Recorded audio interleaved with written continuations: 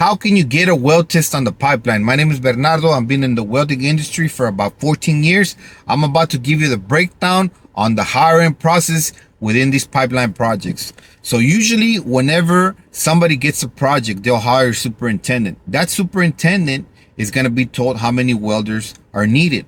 In turn, that superintendent is going to want to hire a weld boss. The weld boss is going to be in charge of all the welding and fabrication, right?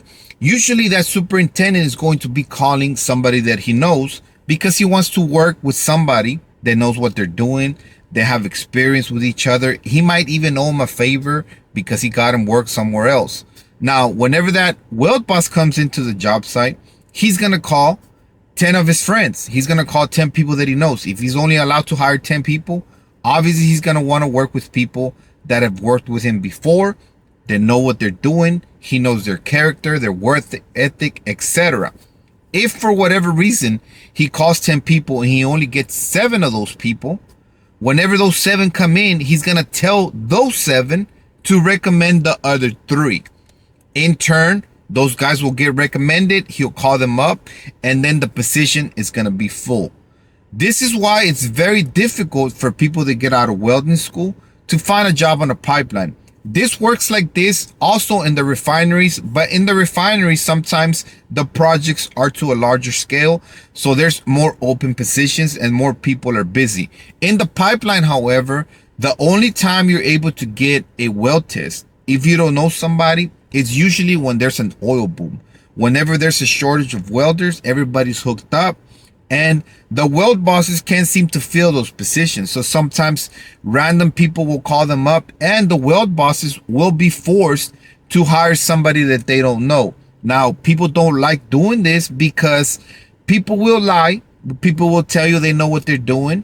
And some people will tell you they've tested before and there's no way for you of knowing if they have tested before. So they'll go to the lab and they'll go ahead and fail the weld test. That costs the company a lot of money.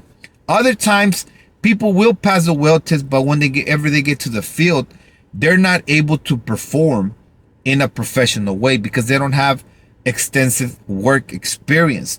This is why it is very difficult for kids coming straight out of welding school to get welding tests. To an extent, is it fair?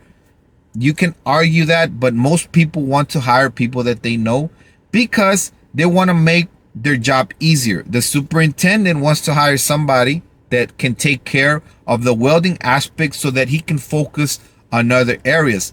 Same thing with the welding boss. He wants to hire people that he's going to be able to give him the prints and he can focus on organizing what's coming next and the project can continue going forward.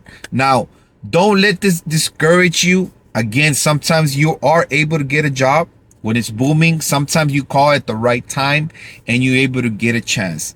The best thing to do if you want to come work on the pipeline after finishing welding school is honestly to get a job as a labor hand. You come in the industry, then you become a welder helper. Then the welder kind of takes you under his wing and everybody gets to know you. They see your drive that you wanted to learn, you wanted to become a welder.